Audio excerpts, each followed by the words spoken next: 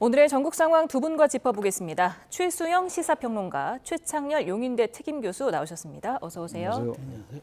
네, 오늘 헌재가 취재감사원장과 검사 3명에 대한 탄핵 소추안을 만장일치로 기각을 했습니다. 이 만장일치 예상하셨습니까? 근데 저는 예상했습니다. 사실 왜냐하면 이준수 사실 방통위원장 그때 나왔을 때 4대4가 나왔기 때문에 많은 분들이 이번도 좀 비슷한 기류가 아닐까 이렇게 생각을 했는데 저는 좀 달리 본 게 사실 그때 굉장한 좀 그 여론의 역풍이 있었어요. 왜냐하면 하루를 딱 봉직한 사람을 가지고 얼마만큼 심대하게 헌법과 법률 위반했다고 탄핵하느냐. 근데 그거를 이제 4명이 그것도 인용 판결 내느냐 이런 얘기가 있었는데 지금 보시면은 사실 이 부분에 대해서는 법원, 그러니까 헌재 재판관들이 깔끔하게 정리했어요. 그러니까 일부 조항에, 그러니까 감사원장 같은 일부 조항에 법률적 권한을 조금 위배한 듯한 그것은 있으나 그럼에도 불구하고 이는 탄핵의 사유가 안 된다라고 정리를 했기 때문에 저는 지금 민주당이 어쨌든 29건을 발의했고 그다음에 13명을 강행했잖아요. 근데 벌써 이제 8명 기각이 나온 거예요.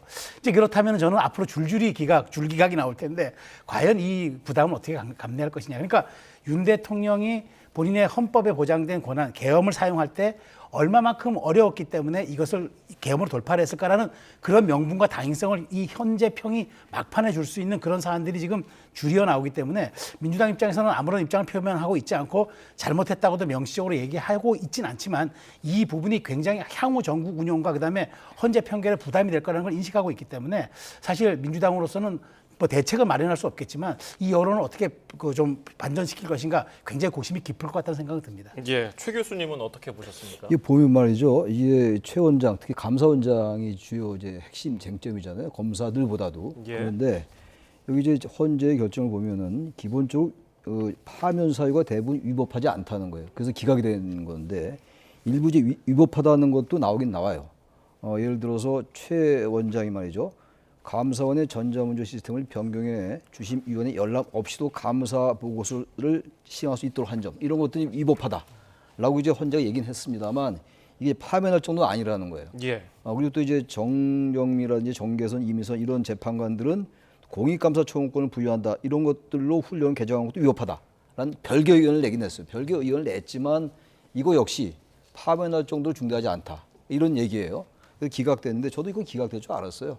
이게 왜냐하면 탄핵이라는 게 헌재가 밝혔듯이 말이죠. 기본적으로 헌법을 수호하기 위한 것이고 헌법과 법률을 위반했다 하더라도 이게 과연 이제 직에서 파면할 정도로 중대한 것인가를 보는 거거든요. 근데 위법성이 좀 있다 하더라도 이게 파면할 정도는 아니라고 저는 봤어요. 그래서 저도 기각될 거라고 봤는데 지금 이제 쭉 말씀하신 건 그 내용이잖아요. 민주당의 이른바 줄탄핵. 지금 벌써 이제 오늘 네 명이 탄핵이 기각됐으니까 8명 기각됐어요, 지금. 그러니까 이런 줄탄핵으로 인해서 윤석열 대통령이 비상경을 선포했다. 그러니까 줄탄핵으로 인한 국정 마비가 국가 비상사태다. 뭐 여러 가지 국가 비상사태 중에 하나로 이제 예를 들은 건데. 예. 근데 이거는 분명히 우리가 봐야 될 게 헌재가 또 뭐라고 얘기를 했냔 말이죠. 기본적으로 이 지금 국회의 이 탄핵 소추 행위는 탄핵 소추권 남용으로 볼 수 없다. 라고 판시를 했어요. 검사 3명에 대해서. 네, 예. 검사에 대해서 말이죠. 검사 3명에 대해서. 그렇기 때문에 이 자체를 가지고 줄탄핵이 문제가 있었다. 그래서 국정마비에 이렇게 했다라고 볼 근거를 헌재가 미리 사전에 차단했다. 저는 이렇게 봐요. 그러니까 여기에 대한 헌재의 판단이거든요. 그러니까 12월 3일 날 비상계엄의 파면의 방어 논리 이를 계속 폈던 거 아닙니까? 줄탄핵이라든지 선관위의 부정선거 의혹 이런 것들이었는데 그 파면 방어 논리에 대해서 이 사건을 통해서 헌재가 먼저 판단했다. 그냥 분명히 얘기를 했거든요. 탄핵 소추권 남용을 볼 수 없다. 물론 감사원장이나 검사들의 이런 행위들이 위법한 게 아니지만 그러나 그렇다고 해서 민주당 특히 국회가 탄핵 소추한 것은 탄핵 소추권 남용이 아니다. 라고 얘기를 했고 설령 부수적으로 정치적 목적이 있다 하더라도 내포되어 있다 하더라도 탄핵 소추권 남용을 볼 수 없다고 분명히 얘기를 했기 때문에 이걸 자꾸 줄탄핵이었기 때문에 이 계엄으로 연결됐던 거라서 이게 지금 기각돼야 된다라고 이제 윤곽근면서 아까 얘기한 거 아닙니까? 그 논리는 성립할 수 없다. 이제 그 말씀을 드립니다. 네. 네. 윤 대통령이 12.3 비상계엄 선포의 직접적인 계기가 취재감사원장 탄핵안 발의라고 언급했다고 나경원 의원이 전하지 않았습니까? 이처럼 줄 탄핵이 부당하다 이렇게 주장해온 윤 대통령 탄핵 심판에 영향을 미칠 수 있을까요? 저는 일부 영향을 미칠 수 있다고 해요. 아직 지금 평의가 진행 중이잖아요. 그러니까 평결도 안 나왔고 평의가 진행 중이라고 다들 알려지고 있는데, 근데 보십시오. 민주당이 누구를 탄핵을 했습니까? 주로 보면은 사정기관장, 그다음에 사정기관에 근무하는 검사들, 그다음에 또가 뭐가 있냐면 주로 합의제 기관장들, 자 방통위원장, 그다음에 그 감사원장, 이런 이제 합의제 기관장들 했죠. 그다음에 윤 대통령의 측근이라 할 수 있는 인물들, 이른바 이상민 장관 같은 사람들. 그러니까 그러니까 표적 탄핵을 한 거예요. 표적 탄핵을. 그런 측면에서 놓고 본다면은 사실 특히나 감사원장은 뭐냐면, 감사원은 사실 행정부로부터 독립돼 있지는 않지만 실질적으로 독립돼 있는 성격을 가지고 모든 행정부를 감사하는 권한을 갖고, 심지어는 선관위에 대해서도 회계 감사를 할 수 있는 권한도 있습니다. 근데 이런 감사원장을 뭐라고 탄핵했습니까? 불법적으로 말하자면 문재인 정부를 탈탈 털어서 탄핵한다. 그다음에 관저 이전 공사에 대해서 부실했기 때문에 탄핵한다. 이게 탄핵 사유가 됩니까? 아니, 최소한 제가 보기엔 국정감사 지적사안 가지고 탄핵을 한 겁니다. 국정감사에서 불러놓고 당신들이 이거 잘했어요 못했어요 따지면 될 일을 탄핵 사유를까지 가서 탄핵을 통과시켰어요. 자, 그러니까 대통령이 내가 취임하고 나서 정부조직법 하나 통과시키지 못해서 부처 하나 마음대로 내가 하지도 못하고, 내가 무조건 거부권 프레임에 갇혀가지고 나를 거부권에 전국에 몰아넣어서 나를 불통 대통령으로 만들고, 마지막까지 헌법기관으로 불리는 감사원장까지 탄핵을 해? 아마 트리거가 됐을 수도 있다. 전 방아쇠 역할을 했다고도 보이죠. 물론 대통령의 계엄은 그럼에도 불구하고 해서는 안 될 그런 헌법적인 약간 그 위헌 소지는 분명히 있다고도 저는 말씀을 드리지만, 이것이 굉장히 중요한 영향을 끼쳤다는 거는 이건 불문가제 사실이기 때문에 저는 이런 부분들이 탄핵 선고에서 사실은 대통령의 위법하고 위헌 부분들은 아마 충분히 다뤄질 거예요. 저는 일부 인정될 것도 많다고 봐요. 다만 그럼에도 불구하고 우리가 흔히 얘기하는 것처럼 대통령의 직을 파면하는 게 국가적 이익에 부합하냐, 이 문제를 지금 현재 재판관들이 고민한다고 본다면, 감사원장의 이런 무리한 탄핵에 대한 기각, 이런 것들이 일부 여론에 영향을 끼칠 거라고 저는 생각이 됩니다. 오늘 재판관 전원 8명이 같은 의견을 냈기 때문에 기각에 대해서요. 과연 탄핵 심판에도 전원 일치 의견을 낼까? 이거는 어떻게 전망하세요? 글쎄요, 그 전망이 참 어려운 거예요. 지금 온 국민의 관심이 언제 이제 선고를 내릴 거냐, 결정 선고가 이루어질 거냐. 만약에 인용이 된다면 8대 0이냐, 6대 2냐, 7대 1이냐, 기각이냐, 인용이냐, 각하 얘기까지 나오더라고요. 예. 각하는 전 말이 좀 안 된다고 보는 게, 각하는 이게 탄핵 심판의 대상이 아예 안 된다고 보는 거거든요. 그래서 각하는 전 경우에서 넣지 말아야 될 것 같고, 탄핵이나 인용이냐 기각이냐인데, 저는 이게 보세요. 지금 전화 우리 최수영 평론가께서 다 이제 말씀을 좀 했습니다만, 기본적으로 지금 이 탄핵 한 것이 위법하지 않기 때문에 파면하지 않은 거예요. 기각한 거 아닙니까? 감사원장과 이 검사들 말이죠. 그럼에도 불구하고 지금 국회에 이 탄핵 이런 것들은 크게 남용이 아니다라고 이제 얘기했어요. 그러니까 우리가 자꾸 물론 자신들의 견해를 얘기합니다만, 일단 헌재 사법기구의 판단이 나올 땐 그 법조문에 의거해서 얘기를 해야 돼요. 자꾸 자기 생각을 얘기하면 안 돼. 이럴 때는 말이죠. 예. 보통 자신의 주관을 얘기하는 겁니다만, 분명히 탄핵 소추권 남용을 볼 수 없다고 얘기했다는 건 제가 아까 잠깐 언급했다시피 이 12.3 계엄의 중요한 트리거, 이른바 아까 말씀하신 중요한 방아쇠가 됐다, 결정적 계기가 됐다라는 게 이제 국민의힘이 주장하고 또 윤석열 대통령 측이 주장하는 이른바 탄핵 아닙니까? 줄 탄핵 아닙니까? 근데 거기에 대해서 지금 이 8명의 지금 전원 일치로 기각을 시키면서 이런 얘기가 나온 거예요. 지금 다시 말하면 이는 헌법재판소가 적어도 이 탄핵, 줄 탄핵에 대한 8명의 생각을 여기 은근히 나타낸 걸로 봐요. 그걸 제가 주장한 논거가 바로 이거예요. 따라서 이 줄 탄핵을 가지고 설령 위법했다 하더라도 대통령의 비상계엄이 파면에 이르게 할 정도는 아니다라고 판단할 근거가 오늘 헌재 이 판시로 없어진 거 아니냐. 따라서 저는 여러 가지 다른 것도 있습니다만, 적어도 이 쟁점에 관해서는 다른 거 포함해서 마찬가지입니다만 전원 일치로 전 인용될 가능성이 높다라고 봅니다. 네.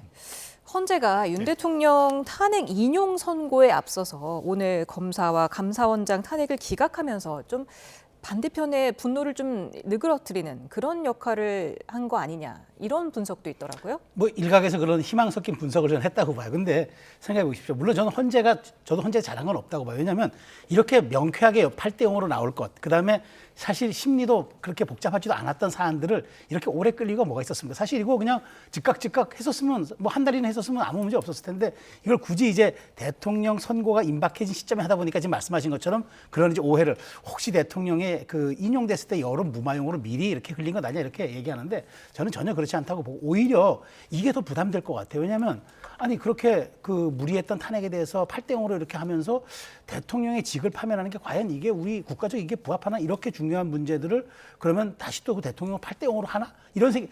지금 제가 보기에 지금 양측의 주장도 팽팽히 맞섰고 광장의 여론도 팽팽히 맞서잖아요.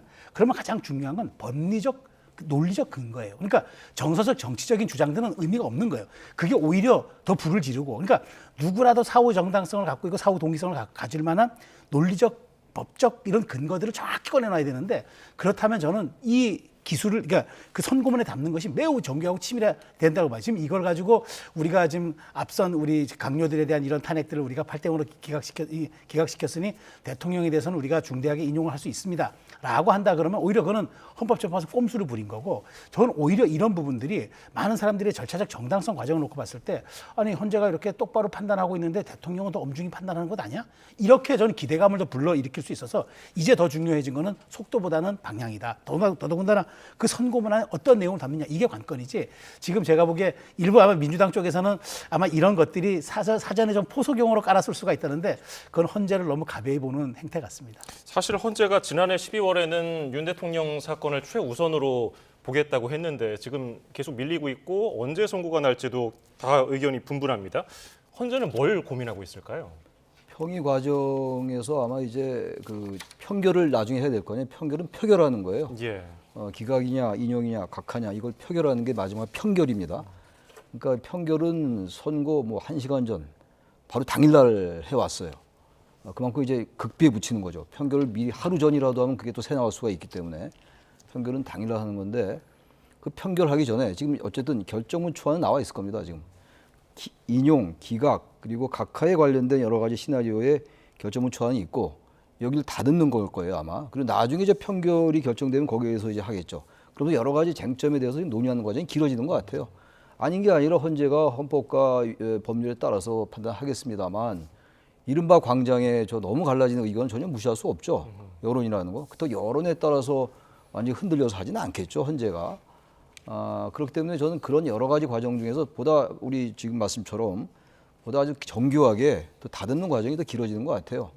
길어지기 원래 이제 대체로 내일로 예상을 많이 했잖아요. 예. 근데 내일은 뭐 아닌 게 거의 확실한 것 같고 뭐 다음 주 중에 나올 수 있을 것 같은데 그래봐야 많이 길어지는 것도 아니에요. 근데 이제 많은 이제 우리 국민들도 그렇고 이게 워낙 중차대한 문제이기 때문에 굉장히 이제 관심이 있다 보니까 굉장히 길어지는 것 같은데 저는 그렇게 길어지지 않은 것 같고, 단지 이미 이제 그 노무현 박근혜 전 대통령의 경우는 이제 넘었어요. 이제 최장 이제 평의가 되는 거예요. 이제 그렇게 되고 있는데 제가 볼 때는 오늘 판단이 오히려 전 뭐 이건 뭐 여론을 누그러뜨리고 이런 것보다도 이걸로 해서 다시 여론이 바로 기각이다라고 하는 지금 국민의힘의 주장들 이런 것들이 받아들여지지 않을 거예요. 제가 아까 잠깐 말씀드렸다시피 결국은 이제 여러 가지 쟁점들 5개 쟁점이 지금 있잖아요. 헌재가 심판한 탄핵 사유가 5개 사유 중에서 과연 이제 비상계엄 선포, 포고령, 국회 활동 방해, 선관위 압수수색, 영장 없는 것, 그리고 정치인 체포 지시 여부 이런 것들이에요. 이게 딱 5개입니다.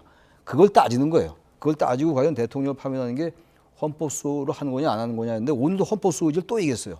오늘도 판시할 때 탄핵 소추의 주요 목적은 법적 책임을 추궁하고 비슷한 위반 행위를 예방함으로써 헌법을 수호하기 위한 것이다. 다시 말하면 헌재가 아주 중요하게 보는 것 중에 하나가 헌법소 의지예요. 박근혜 전 대통령의 경우도 그 얘기가 들어가 있어요. 주문에. 오늘도 또 헌법소 의지를 얘기했거든요. 전 그래서 과연 이 윤석열 대통령의 그 비상계엄 행위가 헌재 재판관들이 보기에 과연 이게 헌법을 수호하는 거에 맞는 거냐. 전 그걸 중점적으로 본다면 객관적으로 볼 때 헌법수호 의지가 없다고 볼 여지가 많죠. 여러 가지 그동안의 수사 과정이나 변론 과정을 볼 때 그렇게 돼서 그런 관점에서 저는 그런 논거에서 인용이 전체 전원 일치로 나올 가능성이 높다라고 말씀을 드리는 겁니다. 네. 애초 유력했던 내일 선거는 이제 물 건너간 네. 것 같고 지금 교수님께서는 다음 주를 예측을 해주셨는데 언제쯤 선거가 이뤄질까요? 저는 뭐 제 개인적인 얘기입니다만 3말, 그러니까 4초보다는 3말이 가능성이 높다. 3월 말. 왜냐하면 지금 이렇게 평의가 늦어지고 있는 것들이 뭐냐면 논란적 요소들, 논쟁적 요소들, 그다음에 충돌적 요소들을 나중에 이게 나왔을 때 다 제거하는 것 같아요. 그러니까 헌재법에도 이렇게 명시돼 있습니다. 헌법재판관은 소신과 양심에 따라서 자기 의견을 개진해야 한다고 돼 있습니다. 그러면은 저는 지금 뭐 일종의 뭐 콘클라베 방식이라 그래서 자꾸 이제 모아서 이제 국민들이 다 설득하고 할 수 있도록 이제 우리가 오히려 원사이드하게 8대0으로 해주는 게 나중에 사후적인 어떤 그런 충돌을 막을 수 있다라고 얘기하는 그런 일부 그 뭐 보도나 그런 주장들이 있는데 그러면 안 되죠. 왜냐하면 지금 여론이 갈리고 있고 정치권도 대립하고 있고 이 모든 것들이 눈에 명백히 보이지 않겠습니까? 헌재 눈에는 그게 안 보이겠습니까? 헌법재판관들도 사람이고 여론에 민감하게 반응합니다. 그러면 지금 이런 것들이 이렇게 오는데 자 그러면 위헌 위법적 요소들 다 압니다. 지난번 말씀하신 뭐 포고문에 있던 거 이런 문제들 다 압니다. 그런데 과연 이것이 직을 파면하는 게 국가적 이익에 부합하냐? 지금 이걸 고민하고 있을 거예요. 그런데 이 선고문에 이제 이걸 담아야 돼요. 그러면 그럼에도 불구하고 이걸 파면을 시켜야 대통령 파면을 시켜야겠다면 그 파면의 위중함과 엄중함을 잘 담아야 될 겁니다. 그런데 그게 허술하거나 그게 조금 미비하거나 이러면은 이게 동의가 되겠습니까? 지금 이런 점들을 아마 헌재가 고려하기 때문에 저는 그래서 오히려 뭐 5대3이니 6대인지 이건 뭐 저희가 예상하는 건 의미 없겠습니다만은 헌재가 그런 걸 다 녹여서 간다 그러면은 평의 절차가 좀 더 길어질 수 있다고 봐요. 예. 그런 측면에서 저는 3월 말로 예상하는 게 현재로서는 가장 그래도 타당한 정도 예측이 아닐까라는 생각이 드는 겁니다. 예, 어제 이재명 민주당 대표는 한 언론사 유튜브 방송에 출연해서 이 줄탄핵 비판에 대해서 우리도 아무 잘못이 없다고 보지는 않는다 이런 뉘앙스로 얘기했는데 이게 뭐 약간의 전략 미스를 시인한 겁니까? 아니면 어떤 의도로 보십니까? 어느 정도 시인했다고 봐야 되겠죠. 그리고 인정해야 되겠죠. 물론 제가 아까 탄핵 소추권 남용을 볼 수 없다라는 헌재 판시를 제가 말씀을 드렸습니다만 그럼에도 불구하고 탄핵의 숫자가 너무 많았잖아요. 그리고 현재 보세요. 8명이 다 기각됐어요. 이 자체가 검찰도 말이죠. 구속해서 기소한 다음에 무죄가 나오면 이 검찰 비판받잖아요. 똑같은 거거든요. 아무튼 민주당이 지금 여러 번 탄핵을 해가지고 적어도 아직까지는 전부 기각됐다고 해요. 지금 전 장관도 그렇고 검사들 그렇죠. 감사원장 그렇죠. 그다음에 여기에 대해서는 글쎄 뭐 사과까지는 아닐지 모르겠어요. 왜냐하면 이 탄핵 소추권 남용을 볼 수 없다는 말을 안 했으면 사과해야 되겠으나 일단 헌재가 어쨌든 법률적으로 탄핵 소추권 남용이 아니다라고 얘기했기 때문에 사과는 안 하더라도 최소한 정치적으로 우리도 책임을 느낀다라는 말을 해야죠. 아마 그런 맥락에서 이재명 대표가 말을 그렇게 한 게 아닌가라고 보여지고 인정할 거 인정해야 돼요. 뭐 다 잘했다고 할 수 없죠. 탄핵을 너무 많이 했던 건 사실이죠. 단지 그게 과연 비상계엄의 요건이 되느냐를 얘기하는 것이지 어쨌든 현재 탄핵을 계속 했는데 적어도 지금까지는 헌재 판단이 다 기각됐기 때문에 민주당도 거기서 책임감 느껴야죠. 네. 저는 좀 다르게 해석하는 게 이재명 대표가 그거 같아요. 우리가 줄탄핵을 한 거는 사실 우리도 기각될 걸 알았지만 윤석열 정부를 좀 고립시키고 윤 대통령을 정치적 코너로 몰겠다는 의도였는데 이게 계엄이라는 초강수로 나타날지 이게 몰라가지고 이게 이거와 맞물려서 지금 이 줄탄핵에 대한 줄기각이 나오는 상황에서 대통령의 탄핵과 맞물리니까 이게 우리가 전략적으로 판단을 못한 것 같아서 이거는 우리가 좀 부족한 것 같다라고 시인한 것 같아요. 그러니까 윤 대통령과 현 국민의힘 여당을 아주 코너로 몰아서 벼랑 끝 전술을 한번 펼쳤는데 이게 윤 대통령이 계엄이라는 초강수를 들고 나올지 몰랐으니 이게 지금 혼선이 돼가지고 줄기각이 지금 정치적인 부담이 되고 민주당이 굉장히 지금 말하자면은 좀 확장 전선을 펼치는데 발목을 잡으니까 이게 좀 전략적 미스가 아니었냐라는 전 소회로 저한테 들렸습니다. 네, 말씀하신 대로 국회는 탄핵소추안을 29건 발의했고 그중에서 본회의에 가결된 게 13건, 그중에서 지금 8건이 기각이 전부 다 됐습니다. 그렇죠. 5건은 아직 심리 중이고요. 그렇기 때문에 지금 최상목 대통령 권한대행과 심우정 검찰총장에 대한 탄핵, 30번째 탄핵은 좀 어려워진 거 아니냐 이런 분석도 있더라고요. 안 할 거예요. 지금 이 상황에서 또 지금 저기 최상목 권한대행 탄핵하고 심우정 검찰총장은 나름대로 검찰의 논리를 가지고 직시항고를 포기한 거거든요. 근데 그거를 만약에 탄핵한다, 아마 그 부분도 헌재로 간다면 말이죠. 탄핵소추가 의결이 만약 돼서 헌재로 간다면 기각될 확률이 거의 다라고 봐요, 저는. 근데 그걸 할 리가 없겠죠. 지금 보세요. 아까 이재명 대표의 발언이 그 이재명 대표의 속내가 뭐 자꾸만 우리 그런 거 얘기할 필요가 없을 것 같아요. 그거 알 수가 없는 거예요. 우리가 뭐 추론할 수 있는 건데. 어쨌든 잘못이 있다고 생각한다고 얘기하고 있는 거 아니에요. 그런 상황 속에서 지금 최상목 권한대행과 심우정 검찰총장을 탄핵하겠습니까? 역풍 불 확률이 높죠. 그건 제가 봐도 전략적으로도 타당하지 않고 법률적으로 봐도 나름대로 그 논거에 의해서 판단을 한 것이기 때문에 전 탄핵은 맞지 않는다. 그렇게 생각합니다. 예. 이재명 대표가 이제 그 여러 가지 여당에 대한 걸 비판을 하면서 비명계 인사들, 네. 대표 인사들을 만났어요. 어쨌든 뭐 간담회 형식으로 목소리를 맞췄는데 그 비명계의 검찰 유착설 그 발언은 어쨌든 지금은 좀 들어간 것 같은데요. 어떻게 전망하세요? 아니 그것 때문에 굉장히 사실은 이재명 대표가 윤 대통령에게 고마워야 될 건 하나죠. 대통령의 구속 취소가 됨으로써 이재명 대표의 그 당내 그 정말 엄청난 불화를 일으켰던 이른바 스파이, 그러니까 말하자면 내통자 색출설 아닙니까? 사실 정치 지도자 입에서 나올 말이 아니죠. 그 사실 그 제대로 된 공천이 아니어서 비명 행사라고 한 것을 그 말을 정당성을 갖기 위해서 나의 불체포 특권 포기와 그때 그 당내 그 검찰 세력과 내통 세력을 색출하기 위한 나의 어떤 그 전략의 일환이었다. 이건 사실 지도자로서 입에 담지 말아야 될 얘기였고 그 당시도 상황이 그랬잖아요. 마치 통합 행보한다고 뭐 박용진, 김부겸 다 만나는 그런 상황에서 그런 말이 나왔기 때문에 파장이 더 컸죠. 근데 그걸 일거에 덮어준 게 윤 대통령 어쨌든 구속 취소 석방이었죠. 그런 측면에서 놓고 봤을 때 이번에 좀 후반기에서 좀 더 만회하겠다는 전략이 있는 것 같아요. 그러니까 지금 사실 민주당 내에서 비명계든 누구든 간에 지금 뭐 이재명 대표의 독선과 뭐 일극을 비판할 사람 누가 있습니까? 내란 극복이 우선이라는 민주당의 주장 아래 지금 다 묻히게 됐어요. 이른바 지금은 폭풍과 쏟아지는 그런 단계이기 때문에 어쨌든 단일 대우를 유지해야 한다. 이재명 대표가 그 지점을 또 파고들어서 어제 텐트 아래서 또 다른 통합의 행보를 했지만 저는 뭐 이게 오래 갈 것 같지는 않아요. 왜냐하면 이분들이 지금은 이렇게 협력해 주는 듯 그다음에 같이 함께 해 주는 듯 보이지만 분명히 보십시오. 좀 이따가 나오면 당신의 진정성과 그 당신의 의도에 대한 정확한 내용을 한번 보여달라는 얘기할 겁니다. 박용진은 지금 대놓고 얘기하고 있어요. 그런 측면에서 저는 이재명 대표가 이걸로 인해서 단일 대우와 그다음에 좀 느슨해진 지지층을 강고하게 결집하는 정치적인 부수적 효과는 거뒀을 수 있을지 모르겠지만 어찌되었건 이 문제에 대해서 원죄를 지게 됐다. 지금은 잠깐 수면 아래로 가라앉았지 우리가 일기 하루 쓰지 않는다고 본인의 삶이 달라지고 없어집니까? 이재명 대표는 분명히 기록되는 엄청난 실책을 했기 때문에 이 부분은 아마 두고 이재명 대표의 발목을 잡을 것 같습니다. 네, 국민의힘은 소속 의원 절반 이상이 헌재앞에서 릴레이 시위를 벌이고 있고 지금 80여 명이 헌재 탄원서를 제출했는데 아직도 뭐 지도부는 공식적으로는 뭐 행동하지 않겠다 이런 입장인 것 같아요. 그게 별 의미가 없는 얘기예요. 지도부가 당론으로 정해서 헌재에 항의하는 건 아니라 하더라도 탄원서 제출하고 릴레이 시위하고 그게 뭐 사실상 당이 같이 하고 있는 거죠. 저는 그래서 그거는 뭐 이제 헌재를 압박하는 걸로 비칠 것 같으니까 그렇게 선을 긋는 거라고 봐요. 그건 뭐 그 개별 행동이다 의원들의 우리 당에서 하는 거다 그거를 분별하는 건 저는 의미가 없어요. 지금 이 대목에서 그렇게 생각합니다 지금. 예. 그리고 천대엽 법원 행정처장 발언으로 오늘까지도 계속 시끌시끌했는데 그러면 그 검찰의 즉시 항고를 통해서 상급심 판단을 받아야 한다고 천 처장이 얘기한 것 결국 대법원의 생각이라고 봐야 할까요?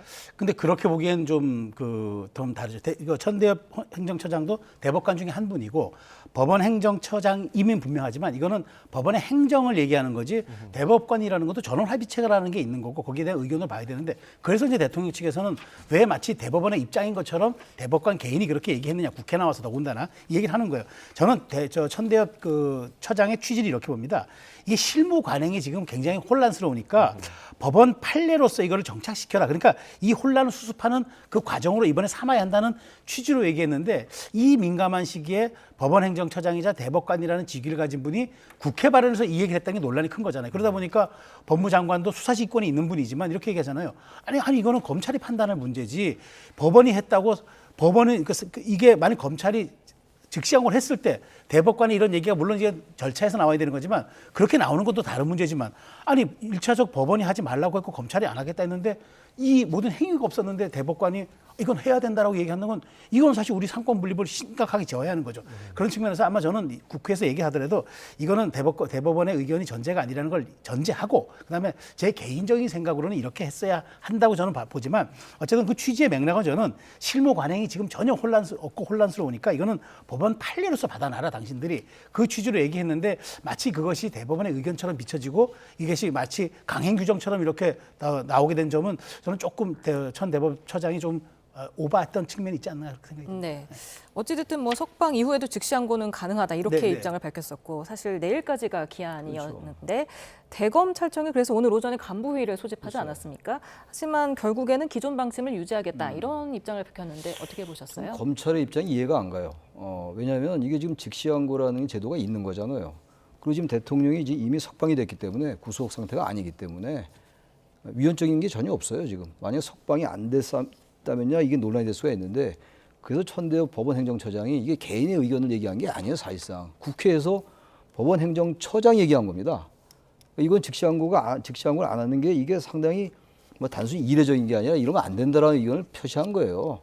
그런데 이걸 삼권물 위반이다라는 관점에서 보는 건 저는 뭐 터무니없는 얘기라고 보고 이걸 어떻게 삼권물 위반이 아니냐의 관점에서 봅니까? 그건 아닌 것 같고 기본적으로 검찰이 즉시항고라는 제도가 있고 어쨌든 간에 즉시항고라는 제도를 통해서 대법원의 판단을 받아보자. 만약 그 과정 속에서 상급심이 이게 그렇지 않다면 재소감이 되는 거예요. 2023년도에 그런 일이 있었어요. 그리고 이 법무부도 이 즉시항고 제도가 위헌이 아니다라는 주장을 많이 해왔어요. 근데 지금 이게 유난히 지금 대검에서도 그 특별수사본부에서는 즉시항고를 하자고 그랬고 벌써 지난주 얘기입니다만 근데 심우정 검찰총장이 나름대로 이제 논리를 가지고 위헌 소지가 있다라고 해서 즉시항고를 포기한 거 아니겠어요? 보통 항고도 하지 않겠다라는 거고. 그런데 아무튼 많은 사람들의 의견은 이게 설령 유신 헌법에 의해서 이게 조항이 개정된 거라 하더라도 형사소송법이 개정된 게 1973년도 일이에요. 이게 보석, 그다음에 구속집행 정지, 보석 취소. 그래서 두 개는 앞서 말한 두 개는 이제 위헌 판결을 받았고 이건 아닌데 구속집행 정지와 구속 취소는 다르다고 명백하게 헌재가 판시한 게 있어요. 구속집행 정지하고 달라요. 구속 취소는 완전 구속을 원천적으로 없애야 되는 거기 때문에 훨씬 더 위중하다고요. 구속 취소라는 게. 근데 이거에 대해서 적어도 이런 제도가 있는데 그거에 대한 판단을 왜 안 받아보냐 이런 얘기예요. 법원이 그래서 인용을 안 하면 그냥 그때 다시 계속 석방서 들어가면 되는 거예요.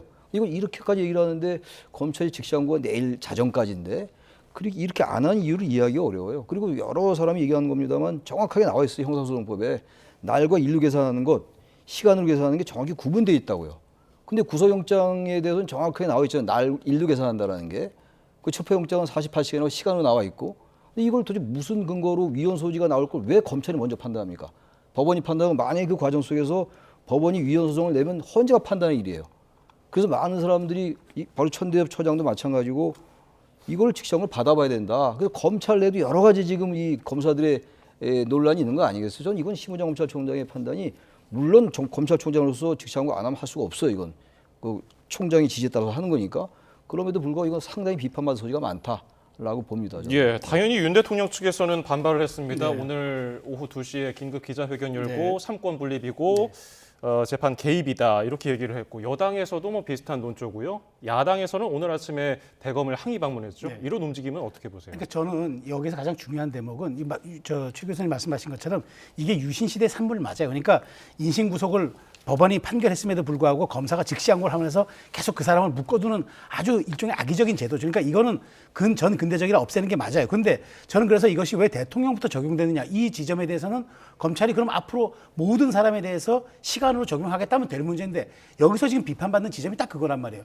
그 다음날 다시 법원 그 대검의 기획과장 명의로 전국 그 검찰에 그래도 다시 날짜로 계산하는 게 맞겠다라고 얘기한 겁니다. 저는 이게 가장 큰 대검의 그 잘못이라고 봐요. 아니 대통령이 적용했으면 모든 사람에게 적용해야지 왜 그것이 일회성으로 갑니까? 그래서 지금 논란이 되는 거예요.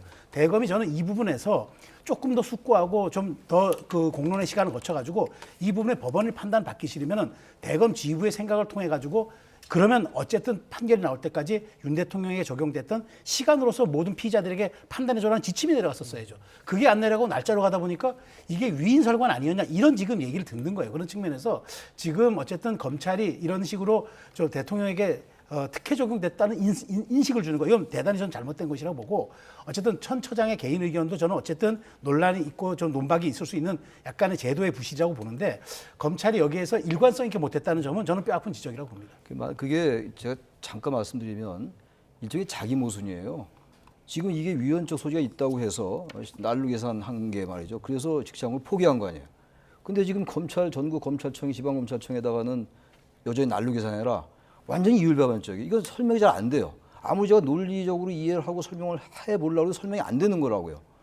적어도 앞뒤가 하나도 안 맞잖아요. 날로 계산하라고 지침은 또 내려놓고 그전에는 그러나 여전히 이건 위헌 소지가 있다. 위헌 소지가 있는 거를 그럼 날로 계산하고 또 위헌을 해서 하라는 겁니까? 이거 설명이 안 돼요. 이건 아무리 그쪽을 이해하려고 생각해 봐도 이건 거의 전 뭐 자기 부정 또 자기 보선 또 이율배반적이다. 그런 말씀을 안 드릴 수가 없는 거죠. 네, 사실 이 구속 취소 청구 사례가 사실 그동안은 굉장히 드물었었잖아요. 드물었죠. 그런데 없었죠, 공천계의 거의. 핵심 인물인 명태균 씨와 김영선 전 의원도 네. 구속 취소를 청구했더라고요. 윤 그러니까 대통령 구속 취소 인용되는 걸 보고서 했다는데 앞으로도 이런 사례가 늘어날 것으로 그러니까 보십니까? 이런 것들이 바로 이제 우리가 이게 법적 안정성이라는 게 있어요. 제일 중요한 게 법의 안정성이 있어야 되는 거 아니에요. 구체성과 타당성, 법적 안정성이 있어야 되는 거. 이거 안정성이 없어지는 거예요. 그럼 지금 보세요. 그럼 많은 사람들이 이미 그래서 재판 받은 사람도 있을 거예요. 그런데 어떻게 합니까? 뭐 소급합니까? 어떻게 합니까? 그리고 당장 지금 말씀처럼 그런 피의자들이 지금 다시 구속 취소 당연히 청구하죠. 제기할 수밖에 없죠. 그거 다 그럼 석방. 근데 그렇게 하지 말라는 거 아니에요. 지금 날로 하려면 또 지금. 그럼 어떻게 합니까? 날로 하라고 해놓고 위헌 소지가 있으니까 즉시 한번 포기하고. 예. 설명이 안 돼요. 이건 아주 큰 실책을 범했다. 그렇게 얘기할 수밖에 없죠. 이 상황은. 알겠습니다. 오늘 나온 NBS 여론조사도 짚어볼까요? 지금 헌법재판소 탄핵 심판 과정의 신뢰도에 대해서 조사한 내용이 나왔는데 이게 조금씩 변화하는 모습, 좀 떨어지는 모습입니다. 이거 어떻게 보세요? 그러니까 제가 그래서 자 국민 여론이 이런데 최소한 헌재 심판 과정에 대한 신뢰도도 지금 그 과거와는 달리 좀 신뢰하지 않는다도 높아지고 있고 그다음에 나중에 어떤 판결이 나오더라도 내가 수용하겠다는 얘기에 대해서도 지금 뭔가 불복하겠다는 얘기들도 있어요. 자, 그러면 어떻게 해야 됩니까? 속도가 중요합니까? 제가 그래서 조금 전 모두에 말씀드린 것처럼 그런 거예요. 그래서 모든 사람들이 논리적이든 논쟁적이든 그다음에 사후 충돌적이든 이런 요소들을 다 제거를 한 아주 정말 우리 역사책에 실리고 교과서에 실릴 만한 판결문이 나와야 됩니다. 선고문이 나오지 않으면 자 보십시오. 지금 절반 가까이가 받아들이지 못하겠다는 이 와중에 지금 빨리 뭐 다음 주에 내고 이런 게 중요한 게 아니지 않습니까? 그래서 저는 여러 가지 논제 대치되는 그런 충돌하는 그런 지점. 그러니까 지금 새롭게 제기된 무슨 뭐 증거에 대한 오염이라든가 진술에 대한 오염 이런 부분들까지도 한번 헌재가 변론은 제기하지 않더라도 다 들여는 봐줘야 합니다. 그래서 그걸 다 녹여놔서 그런 선고문이 나오기 전까지 지금 이 여론의 흐름을 보십시오. 이걸 가지고 정치권이 이용해서도 안 되겠지만 저는 헌재가 이걸 명백히 들여다보면서 우리의 역할이 대한민국의 앞으로의 운명을 좌우할 수도 있고 우리의 판결이 대한민국의 역사의 변곡점이 될 수도 있다라는 중차대한 신념을 가지고 저는 해줘야 한다라는 말씀 드리겠습니다. 네, 이러한 탄핵 심판 전망도 함께 보겠습니다. 인용 파면이나 직무 복귀 지금 전망과 의견이 조금 뭐 비슷하게 나왔는데요. 인용 파면은 다 줄어들었고 지금 직무 복귀는 오히려 늘어나는 모습입니다. 이 부분 어떻게 보셨어요? 그렇게 크게 늘어나거나 크게 줄어들고 전 뭐 하나의 추세로서 그런 이 변화가 있는 것 같은데 얼마 전에 또 이게 확 벌어졌었어요. 벌어졌다가 요즘 와서 조금 다시 줄어들고 이제 이런 건데 아마 그 이제 탄핵 반대 집회 규모가 점점 커지고 여러 가지 이런 논란이 계속되면서 이 헌재 재판이 늦어지면서 말이죠. 어떤 그런 데 영향을 좀 받는 것 같아요. 여론이라는 게 점점 이제 일반적인 탄핵 반대 찬성에 대한 여론이 워낙 광장에서 탄핵 반대 규모가 커지고 그런 상황 속에서 이런 상황이 나오는 것 같은데 따라서 저는 방향성이 물론 중요하죠. 방향성도 중요합니다만 마냥 늘어져서도 안 돼요. 시간이 꽤 흘렀어요 지금. 다 이유가 있으니까 지난 박근혜 전 대통령의 경우도 그때는 훨씬 쟁점이 더 많았습니다. 그때보다 지금 더 늘어났어요 지금 시간이. 근데 늘어난다고 해서 지금 물론 6개월 이내에 하면 되긴 돼요. 그럼 6개월 갈 겁니까? 12월 14일 날 접수됐죠 헌재. 그럼 6월 달까지 갈 거예요. 그래서 그걸 동의할 수 있나요? 이 상황 속에서? 그리고 이미 거의 다 쟁점 정리가 됐을 거예요. 마지막 이제 여러 가지 조율을 하고 다듬고 이런 과정이라고 좀 봐요. 예. 그래서 이런 여론조사가 조금 늘어나고 줄어들고 격차가 줄어들었다고 해서 저는 크게 그야말로 그 방향이 바뀌지는 않을 것이라고 저는 전망합니다. 예, 오늘 말씀 여기서 줄이겠습니다. 최수영 시사평론가, 최창렬 용인대 특임 교수였습니다. 감사합니다. 감사합니다. 네, 고맙습니다.